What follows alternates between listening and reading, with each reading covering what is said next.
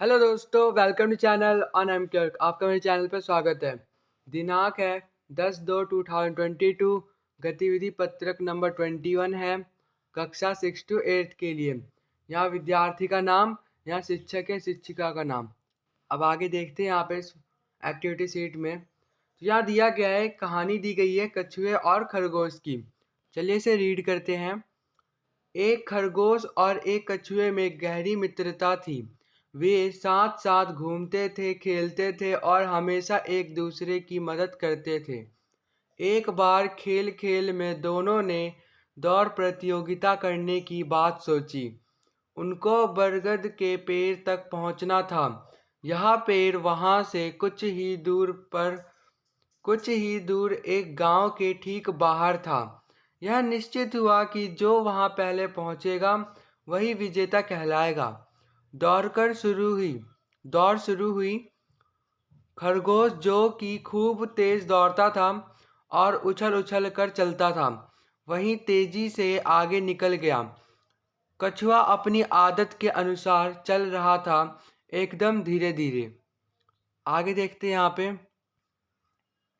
तो आगे है, कुछ देर दौड़ने के बाद खरगोश ने पीछे मुड़कर देखा तो उसे कछुआ दूर तक कहीं दिखाई नहीं दिया। पास में ही एक ऊंचा घना पेड़ था। धीमी धीमी हवा चल रही थी।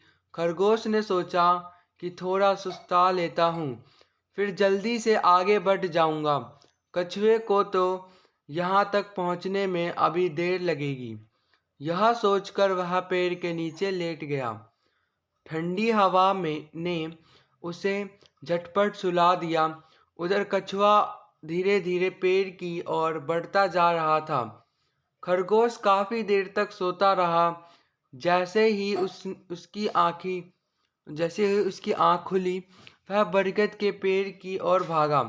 वहां पहुंचकर उसने देखा कि कछुआ तो पहले से ही वहां पहुंच गया है और इस तरह से धीरे धीरे ही सही पर लगातार चलकर कछुए ने प्रतियोगिता जीत ली। अब इनसे रिलेटेड कुछ क्वेश्चंस दिए गए थे, इन्हें देखते हैं। यहाँ पे पहला क्वेश्चन दिया गया है, कठिन शब्दों की सूची बनाइए, उनका उचित उच्चारण कीजिए। तो इसका उत्तर है, मुझे इस कविता में कोई भी शब्द कठिन नहीं लगा क्योंकि सब सरल थे। आगे है प्रश्न नंबर 2 है, कहानी में एक जगह आया है धीमी धीमी हवा चल रही है। क्या हवा चलने की आवाज़ को आप महसूस कर पाते हैं? आपको कैसे पता चलता है कि हवा चल रही है? तो उत्तर है हाँ, हम हवा चलने की आवाज़ को महसूस कर पाते हैं। यह कभी धीमे तो कभी तेज चलती है।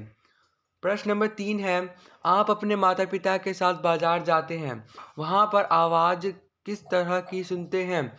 वे आवाज़ें आपको कैसी लगती हैं? तो उत्तर है यहाँ पे हाँ, हम अपने माता पिता के साथ बाजार जाते हैं तो मुझे सब्जी बेचने वाले की आवाज़ सुनाई देती है और चलने की आवाज़ सुनाई देती है। यहाँ पे क्वेश्चन नंबर 4 है, इस कहानी में धीमी धीमी धीरे धीरे जोरे वाले शब्द दिए गए हैं। इनसे भाषा में सुंदरता आती है। आप भी गिनी 5 जोरों से शब्द बनाइए। तो उत्तर है यहाँ पे, तो यहाँ से पहला जो शब्द है वो है पीछे पीछे, दूसरा है छोटे छोटे, तीसरा है बार बार, चौथा है सोते सोते, पांचवा है चलते चलते। तो ये थी हमारी एक्टिविटी शीट नंबर 18।